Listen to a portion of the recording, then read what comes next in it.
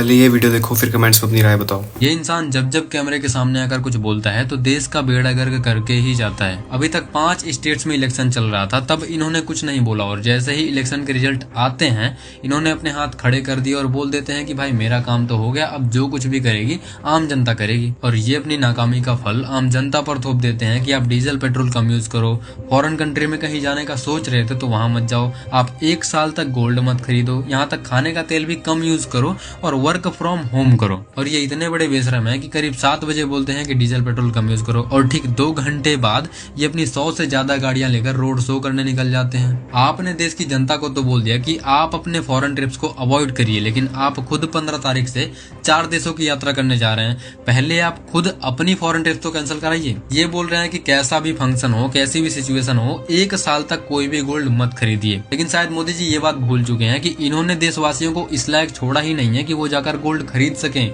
देश की 80 करोड़ जनता इनके ही दिए गए 5 किलो राशन पर अपना जीवन व्यतीत कर रही है। और मान लो जो बचे कुछ लोग गोल्ड खरीदते थे वो 1 साल तक बिल्कुल भी गोल्ड नहीं खरीदते हैं, तो जो ज्वेलरी सेक्टर में 45 से 80 लाख लोग काम करते थे उनका 1 साल तक क्या होगा? वो तो बेरोजगार बैठ जाएंगे। उनके परिवार को कौन देखेगा? क्या उनका परिवार भूखा मर जाए? आप बोल रहे हैं कि खाने का तेल भी अगर आप कम यूज करते हैं तो वो भी एक तरह का देशभक्ति है। वहीं दूसरी तरफ आपने ही बोला था कि पकौड़ा तलकर भी अगर कोई व्यक्ति बेच रहा है तो वो भी एक तरह का रोजगार है। जो व्यक्ति आपकी बात मानकर पकौड़ा तल रहा था, या तो वो पकौड़ा तलता रहे और देशद्रोही बन जाए, या तो वो पकौड़ा तलना बंद कर दे और भूखा मर जाए। आप देश की भोली भाली जनता को ज्ञान दे रहे हैं कि स्वदेशी अपनाइए, लेकिन आपके जूते से लेकर चश्मे तक, यहाँ तक आप जिस गाड़ी में घूमते हैं अपना काफिला लेकर, वो भी फॉरेन कंट्री से मंगाई जाती है। जब आप देश के पीएम हैं और खुद स्वदेशी नहीं अपना पा रहे हैं तो देश की जनता कैसे अपनाएगी? अगर डीजल पेट्रोल बचाना ही देशभक्ति है तो सबसे बड़े देशद्रोही आप हैं जो 50-60 गाड़ियों का काफिला लेकर फालतू में चलते रहते हैं। इनको तो ये बोलना चाहिए था कि आप देश की मीडिया को देखना बंद कर दें।